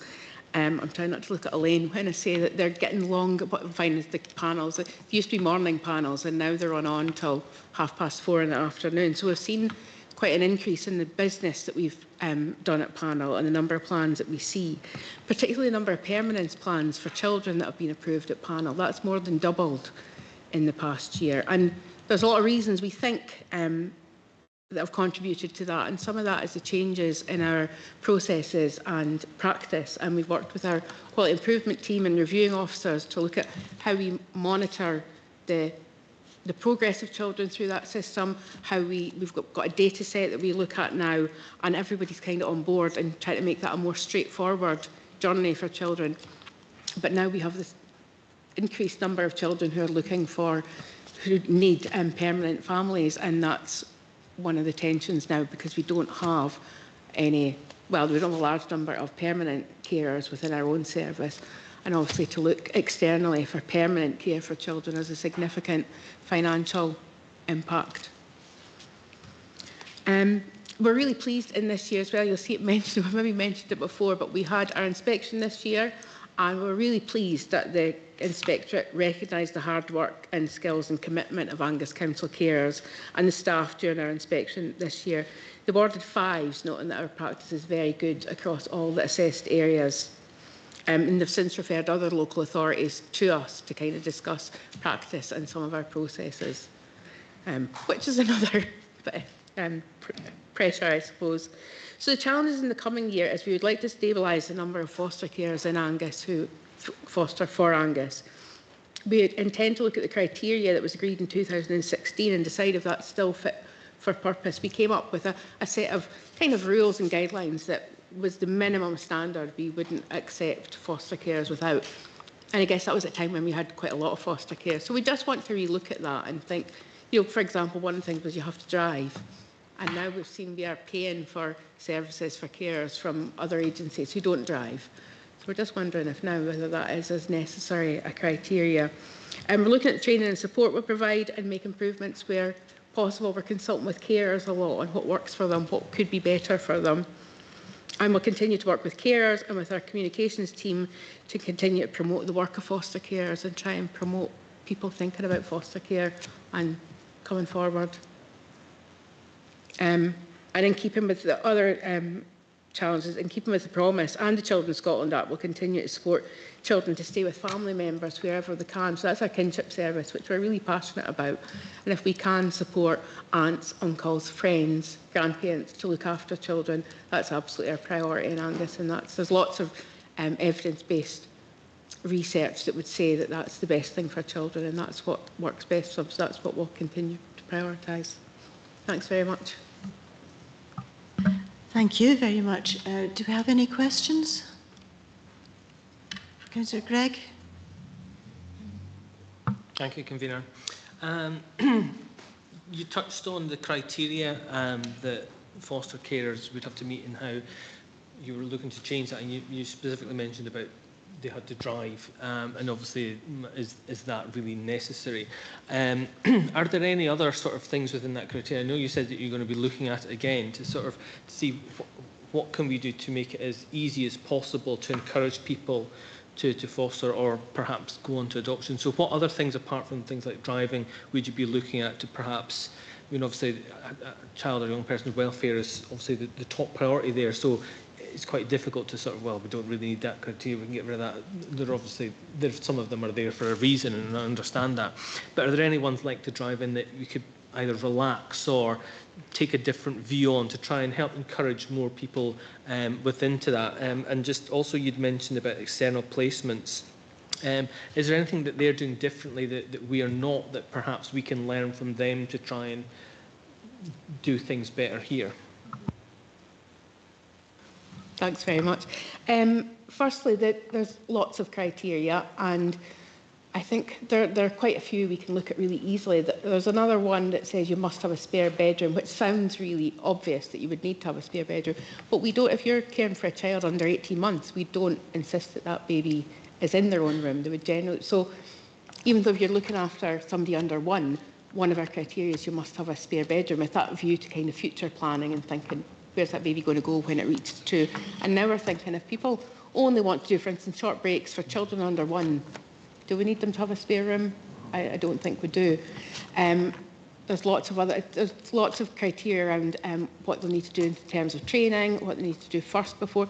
Our medical advisor has specific criteria in terms of weight and BMI, which can be really off-putting for carers. So we'll probably go back to looking at our neighbouring authorities and see how they do. We don't place children under 12 with anyone who smokes, even if they don't smoke in their house.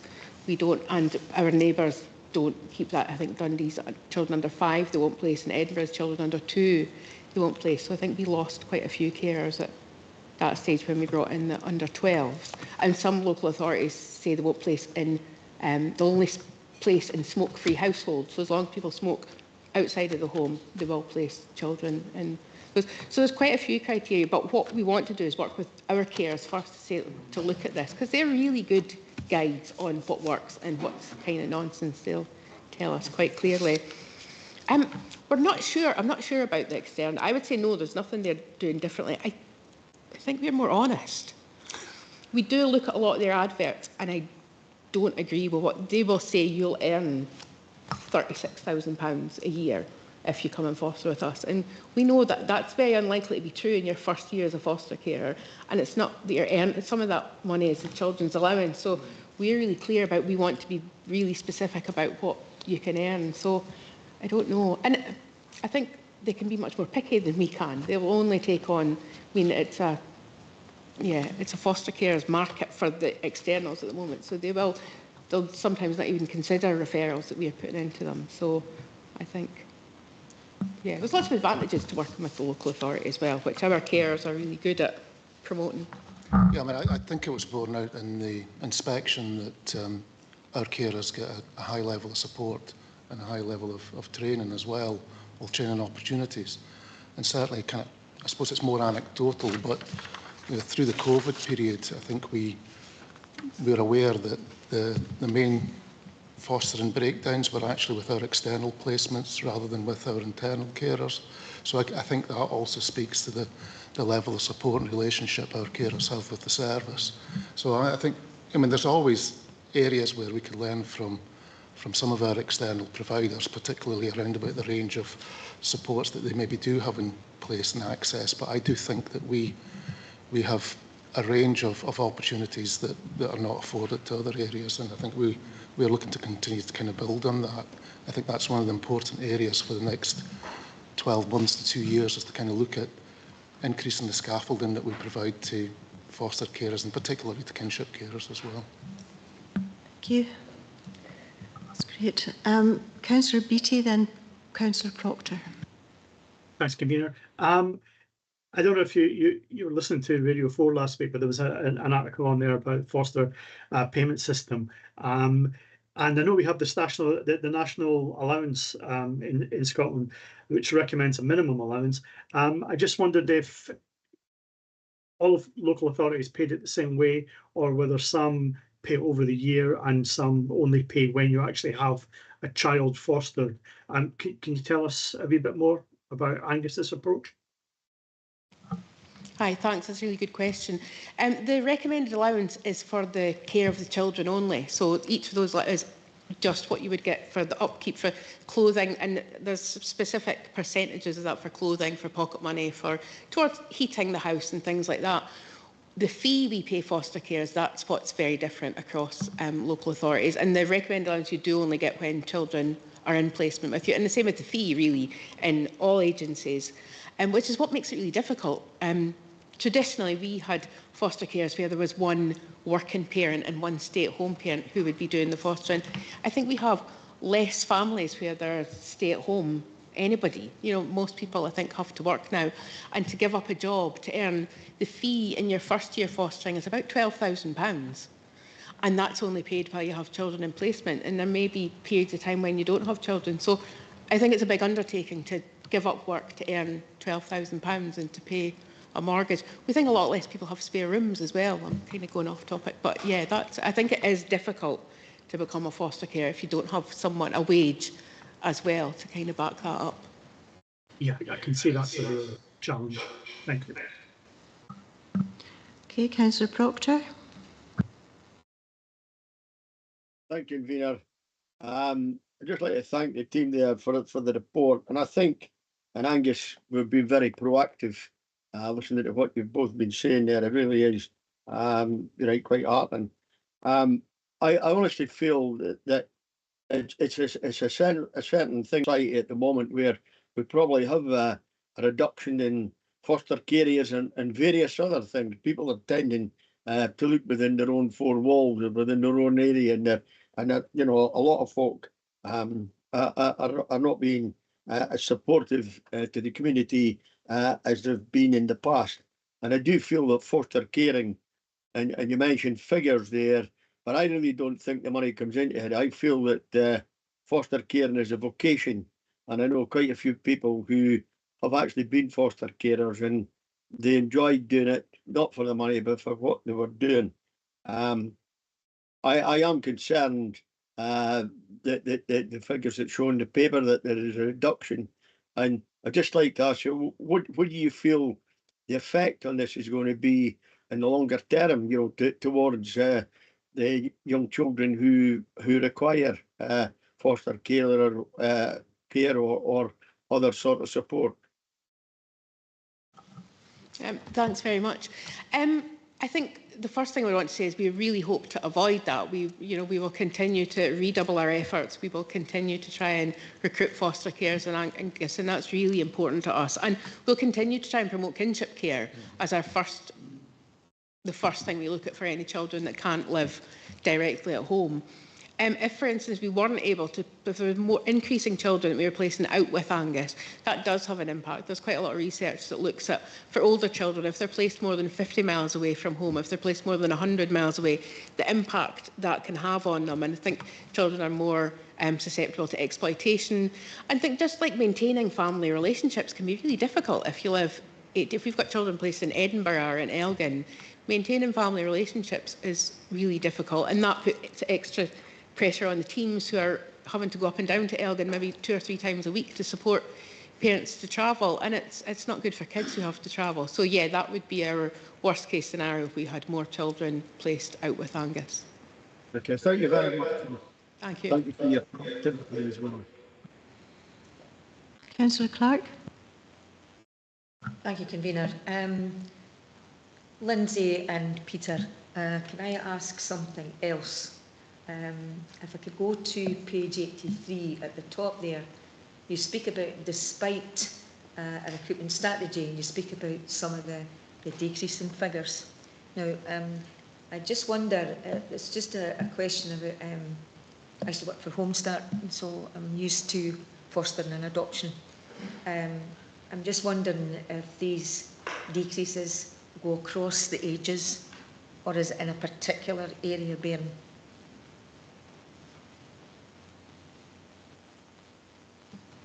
I think it's, I haven't actually got this broken down, but I think it's across the ages. We do have, yeah, I can think of, and I do think in Angus it's largely because we had this ageing population. We've seen quite a few retire just because they've reached retirement age. Most quite a bit older than retirement age. We've got carers in their 70s who are saying, right, we'll just do one more. And they really enjoy doing it, so lots of them don't. I mean, I can't imagine. Chair, just this morning on my way to work, I spotted a young woman that I knew just had this little baby, this little bairn that was being fed, just weeks. And she's already got 2 children and 2 dogs and a big car. And she's got this wee bairn there, and I just thought, this is amazing, just amazing what she's doing for that little soul who may or may not remember. We just don't know what they can remember. But certainly she felt the love, that was sure. I mean, Gardaí great, really. Thank you. Thank you. Are there any comments? Thank you, Convener. Listening to some of the examples of criteria used by local authorities certainly made me think that surely what we're interested in is that any child gets a loving, caring relationship in a family, and whether somebody's BMI might be over a certain amount, or whether they smoke outside, or whether they have a car, and again with young kids, whether they have an extra bedroom, seems, you know, silly in a sense. And if we do have some of that criteria, I would say it's about time we re-looked at it. Thank you. Thank you. Councillor Speed. Yeah, thank you. I don't really have any questions. It's all very clear within the report, and we all know what the challenges are, and it was really just to give acknowledgement to the thanks and hard work that goes on within your teams and the wider community, those foster carers, those kinship carers that are doing a tremendous job day in, day out, and like's been said, don't see it as a job, it's a passion, and they give lots of care and love and support. And I guess really just what concerns me is the reality when there's a situation where a child or children are removed from the area against their wishes, and I know that that's hard for everybody involved in those situations, and I think whatever we can do to try and change that and make it easier to keep those children here, the better. So thank you. And thank you. So the recommendations are: 1, to endorse the Angus Adoption Agency annual report, notes the report will be published on the council website. Do we agree? Thank you. And thank you. Okay, we're going on to 8, which is the annual Chief Social Work Officer report, which Kirsty Lee and John Cooper are going to do a double act on, I think. Good-o. There's certainly some excellent news in this report. Things that popped out to me were the adult resource centres, which got the National Autism Certificate of Accreditation, and then went on this year to achieve the advanced certificates, which is fantastic. Wonderful work being done there. And ADARs have achieved 95.9% of people receiving treatment within 21 days of referral, and that's way above the standard of 90%. So we're doing really well here, and I hope I'm not taking too much of your... just one more thing. It was the 81%. I think quite a lot of us wanted to know what the kind of percentage of payback orders being completed in Angus was, and it's 81%, and the national average is 73%. So I think, again, we're doing really well here. So I'll hand over to Kirsty first, is it? Thank you. Thank you, Convener. I welcome the opportunity today to bring the Chief Social Work Officer report for 2023-24. My first as Angus Chief Social Work Officer. I'm joined by my colleague John Cooper, and as the report highlights, I'm pleased to have a specifically appointed lead in the Angus Health and Social Care Partnership to support the development and oversight of professional social work practice. Social work and social care have continued to face incredible challenges this year, and these challenges are experienced most profoundly by our workforce and the children, young people, families and vulnerable adults we support. The report provides an overview of social work services, including the incredible range of provision from pre-birth to old age, from community-based to residential care, from support to protection and everything in between. There is much to celebrate in the social work services being delivered, including the rollout of integrated hubs for mental health and substance use, reduced hospital discharge times, excellent performance on community payback orders, the introduction of a Tayside Bairnshouse, and high-quality fostering and adoption services we heard about earlier this afternoon. But the challenges are clear to see throughout the report and affect all of our services. Thanks, Kirsty. Yeah, some of the challenges in social work are significant, and the context of the socio-economic climate and the shifting demographic towards an ageing population certainly has a significant impact on need and demand for services, and it is reported, as you'll see, through the increased adult protection referrals and also through increased care at home needs within Angus. Also, the changes in balance of care and the escalating costs of care, particularly for complex care for both children and adults with severe and enduring mental health and other disabilities, does put significant pressure on our budgets and makes it increasingly difficult to provide care in a local context.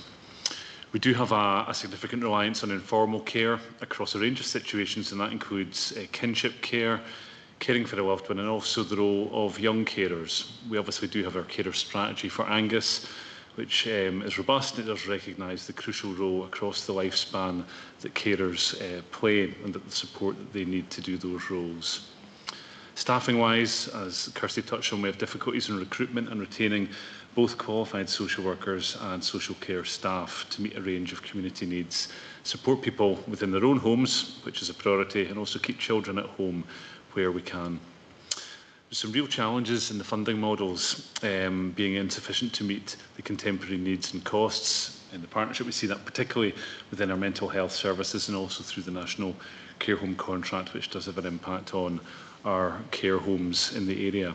But we do have plans in place across both the partnership and Children, Families and Justice to address these issues. But it's important to note that they are complex and that they require both national and local responses. And I think also a need for continuing collaborative work between leaders and all staff within Children, Families and Justice and the partnership. Okay. So I'll conclude the introduction by stating publicly sincere thanks to our social work workforce in Angus, and Angus Council and Angus Health and Social Care Partnership.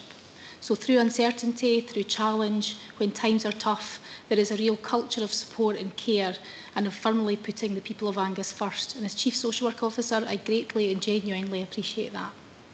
I'm grateful to the significant support Social Work Services has had and continues to have from our leaders, our elected representatives, staff, partners and the public, as without them we could not deliver the good outcomes described in this report. I trust you've had the chance to read the report, and John and I are happy to take any questions. We have members of the team here from Children, Families and Justice as well, so thank you. Thank you both. Do we have any questions? Councillor Melville. Yeah, thank you both for that. I can see on page 129 of the combined papers that improvement work has been taken forward to redesign self-directed support.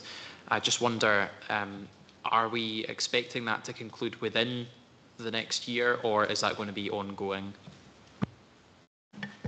Thanks, Councillor Melville. So, yeah, there's a lot of work going on through self-directed support. Some of that is around the use of the options. It was highlighted within the paper. We have a really high use of option 3. We do see also an increased use of option 1 as well across Angus, and that's interesting. I think for me, we unpick that a bit more and we see that some of that's around what resources we have in the geographical areas, and it can feel at times that folk are potentially cajoled, it feels, into an option 1 because there's no other options there. So we are aware of that as a need. So there is work. I think it's important to note that whilst there's work going on with staff around making sure we use our frameworks correctly, there's also work going on around developing the marketplace within Angus to try and encourage more providers of different options so that we can see more of an equity in service provision, particularly in care at home across the board. I did also want to make reference to another piece of work that's being developed, and it's not contained within the report. It will be hopefully next year's report, but the use of a pinpoint system which should help further develop this work, so we'll have a greater understanding of, do we have, for example, 3 providers all visiting people in the same street? You know, that's not a good use of resources. We could have that one provider potentially meeting those 3 people, and then agencies working together to potentially share work across the board. So there's things that we are taking forward, being quite pragmatic actually to try and address the issues. But long answer to a short question, yes, it is developing, and we hope to be in a position next year where we conclude a lot of the SDS work. Thank you. Councillor Shepherd. Thanks, Convener. It's just regarding page 122 of the report. The bullet point referring to the increased demand for mental health officers of 35%. You know, you mentioned in that introduction that, you know, there's measures, and I was just wondering if you could give us a bit more on the measures. Basically, you know, it's worrying that in future years, the figures like that aren't countered, the service could become overwhelmed. But I don't think that's anything unique to us. That's a national issue. But I just wanted a little bit more detail, if you could, on that. Thanks. Thank you for that question. So you're absolutely right. The pressure on mental health services, not just in Angus but nationally, is significant. What the report does highlight is a lot of work that's been undertaken to try and ensure that the right people, the right professionals are working with the right people at the right time. There's always going to be a role for a mental health officer. It's contained within legislation. So for us, it's around developing that workforce as full as it can be. So we have a two-tier approach. We have an MHO team, which sits centrally within Angus. We also then have satellite MHOs that work within locality teams. It's a good model because it gives that overall sense of coverage, whilst we also have that specialist team that can provide that support. We also are fortunate to have a number of our team managers who are MHO qualified too, so we have that leadership role as an MHO within the team. I think for us going forward, the challenges are around ensuring that we have time and the right level of pay for those MHOs to ensure that when they take that role on, it's not easy, it's difficult. Do they have that time in the week built in? As it stands at the moment, they absolutely do. As we see the numbers increase, that will become particularly challenging. So at the moment, the Angus Health and Social Care Partnership is undertaking its own service review, and MHO is a significant element of that. So within that review, we'll be looking at what do we believe to be the needs that will be coming. We believe that those needs will be increased, so therefore we're going to have a more robust model going forward and ensure that those individuals have the time and the resources to undertake the roles associated with the task. Hopefully that helps answer that question.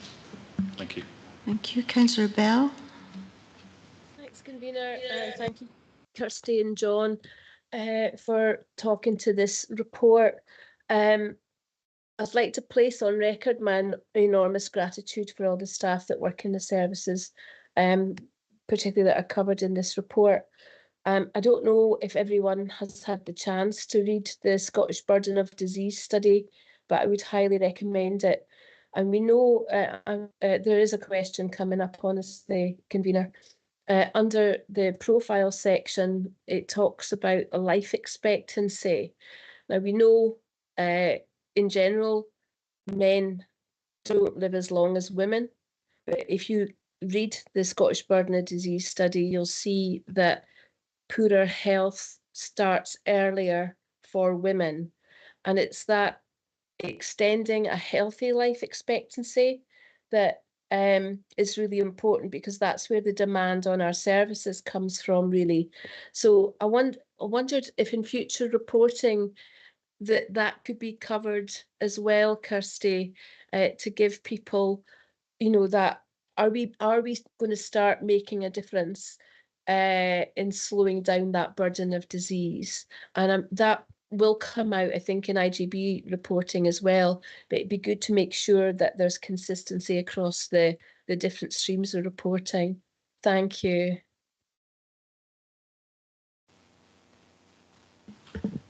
Yeah, I mean, I think it's a fair point, and perhaps without duplicating too much information, we might want to make reference to the public health reports that we make use of, both for children and young people. And obviously, the intervention you're talking about starts specifically with young people, doesn't it, and embedding good health-related behaviours. It fits into our gender-specific approaches that we're taking, both for men through the Justice Service and the partnership with Penumbra and mental health and wellbeing, through our Glens work, and right the way through into our services. So we can certainly make reference to that whilst ensuring that we're in keeping with the national guidance for the Chief Social Work Officer report. So I think the public health data is probably something we'd want to reference. So thank you for that. Yeah, that would be good. Councillor Nicholl. Thank you, Convener. On page 125, it states that there's been a 60% increase in referrals to the Glen Clover project and that you've had to prioritise who receives the service. You mentioned in the report increasing staffing. I was just wondering if you can provide a bit more information about that and where you are with increasing the staff. Thank you. Thank you. So the Glen Clover project, as you know, came before, I think, this committee, and there was core funding that was awarded. It's a very small project because it's really out with our statutory responsibilities. But this committee and council recognised the important contribution that supporting women makes to savings elsewhere in the system. What we've done is we've used our whole family wellbeing funding to grow that model and taken a particular focus on pregnant women and women who have a child 0 to 3 in their family, so focusing on that young age group. We've been working with a number of partners, including Welfare Rights and Housing, to extend the model, and part of that is increasing the staffing complement. So we now have that full staffing complement in Glen Clover. So we have an additional 3 family support workers who are focusing specifically on pregnant women and women with a young child. We've awarded an Aberlour contract that works around that too, to work with men and wider families too, as part of whole family wellbeing. So whilst it has taken us some time to really get the foundations right of what Glen Clover is and what the target group is, where we can make the biggest impact, you'll see in next year's report that that's now starting to move forward. We're collecting our baseline data and we'll be able to report on the impact that's having as well. Does that answer the question? Thank you. Councillor Meehan. Thank you, Convener. My question is fairly simple, hopefully. It's on point 7.1, 7.2, 7.3, just to give examples, and it's regarding the figures. Adult services, 100,770 million. What is that? Is that pounds?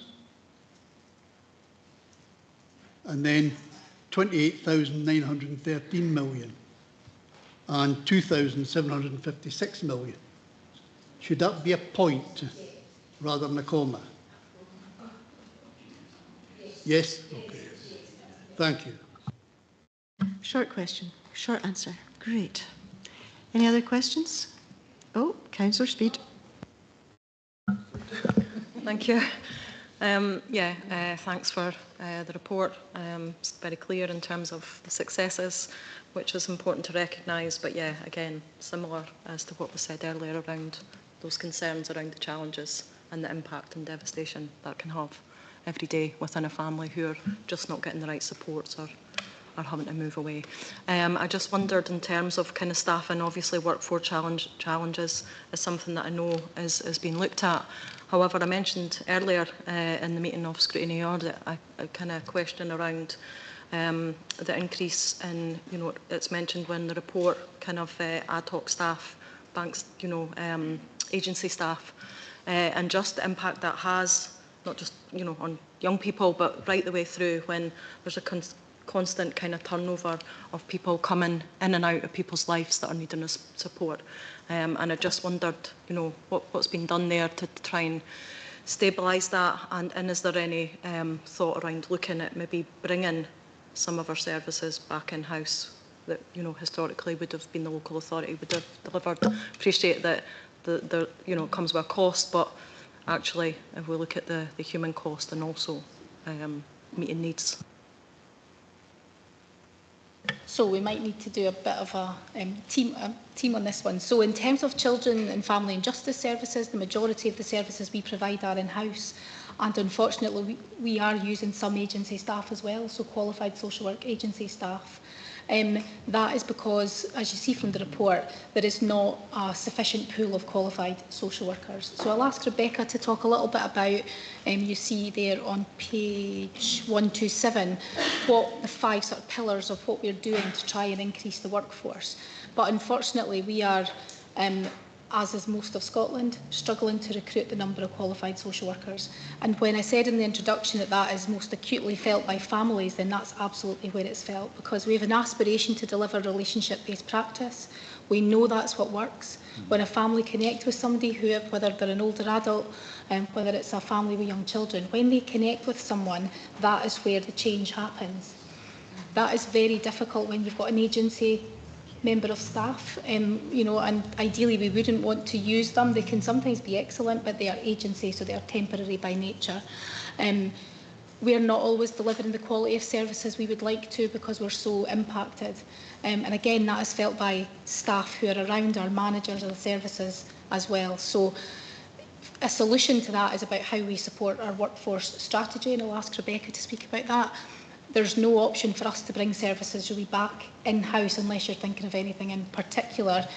However, I'm sure John will want to comment because that's a significant issue in terms of how we deliver community-based services for adults. Come in before Rebecca does. Yeah. Yeah, thanks, Kirsty.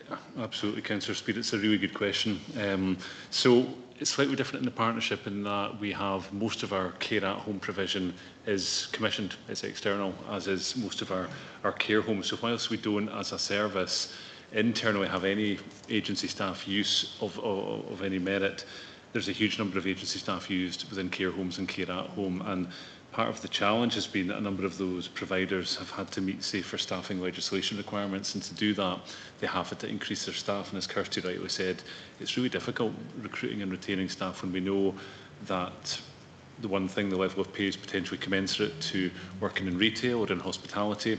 You've got, it's a harder job, arguably much more risk certainly to work within care. So we do need to consider, what is it that we can do to try and support the workforce growth. And I think there's also a national role there as well, I would say. I think there needs to be a healthy challenge placed nationally around what happens in Scotland around this. But as far as our own internal services, I would agree with Kirsty, there's no huge push to bring lots of resources back in-house. However, we do have some developments, Seaton Grove being an example, where we're currently refurbishing an area of that home and considering how we can use that more effectively.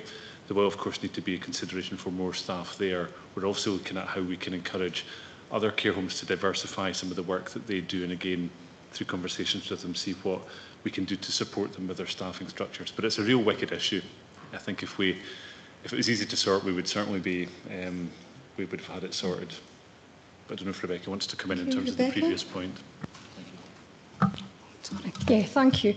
I think just as what's been said, recruitment and retention is a real significant issue within children's services certainly, and ourselves and the partnership are working really closely in terms of how we manage our newly qualified scheme, for instance, because what we're finding is our growth in terms of recruitment is within our newly qualified cohort, which in itself brings some challenges to our teams where the balance of experience is starting to shift from more newly qualified staff to experienced staff. So we're looking at how we direct our resources to support those staff coming in, and we've got quite a few innovative approaches that we're making use of. So we've got our newly qualified recruitment scheme in place where there is extensive support in their first year, and we've been part of that from a trial pilot period with the SSSC for many years. And that's now fully embedded within Angus. In addition to that, we've redesigned our Grow Your Own traineeship, because we acknowledge that some of our most skilled staff are in our paraprofessional roles, our family support workers, our criminal justice assistants and our social care officers, and have a wealth of experience and skill to then develop and become our new social workers and bring their experience into those roles. The other thing, model that we've just started is our qualifying social work posts, where we are recruiting final placement social work students into sessional roles. One, for them to give them some experience. Also, they're needing to get some money in their pockets while they're studying, but also to get them into Angus early and get to know our models and our methods and our staff, our systems. It makes quite an easy transition into their first social work placement. We've got a variety of other things going on as well. So, for example, we've started a whole service development events, which really is we have an ethos of caring for our staff, because if we want them to care for our service users, they need to feel cared and valued, and that's one of our main areas that we're kind of looking to support our qualified staff and our non-qualified staff as a whole service. I think that's everything. Okay, thank you very much. So I can give an example of how at times we tried to mitigate some of that, because we did have a difficult period in our children's houses at one point. And what we did, or what I should say our manager did, was develop the relationship that we had with the main agency that was offering staff in to cover. So what Claire worked very closely with them was to ensure that we had a consistency of staff from that agency. so that the young people weren't getting a regular turnover of different staff. They were aware of, how the needs of the children in the house needed to be met.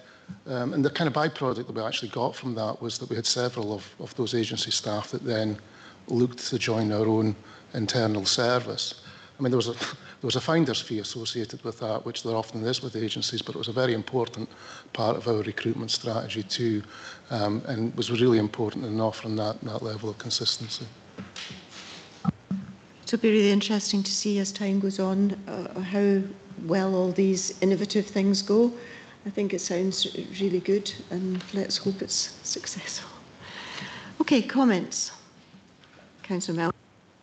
Yeah, thanks, Convener. I was really glad to hear the update about the SDS work that's going on. I did have a follow-up which I forgot to ask at the time, but I won't be cheeky now, just about SDS recipients being able to feed into that. I've got a couple of constituents who might wish to make a contribution, but I'll pick that up with you outside of the meeting. All right, thank you very much. I think we'll just go to the recommendation now. Oh, okay. Thank you. I was just very quickly to say that I was pleased to say within the report that there is progress being made in terms of the children's complaints process. So look forward to seeing more reports. I didn't want to ask any questions. I'd already asked enough questions, but yeah, look forward to seeing further reports on that. I think that's a really vital piece of work that young people are heard and given that pathway. Right, so we only have one recommendation. Do we agree that? Agreed. Thank you. And that's the end of the meeting. It's been a longer meeting than usual, but thank you very much. Really interesting stuff. Safe home. Can you stop the live feed, please, John?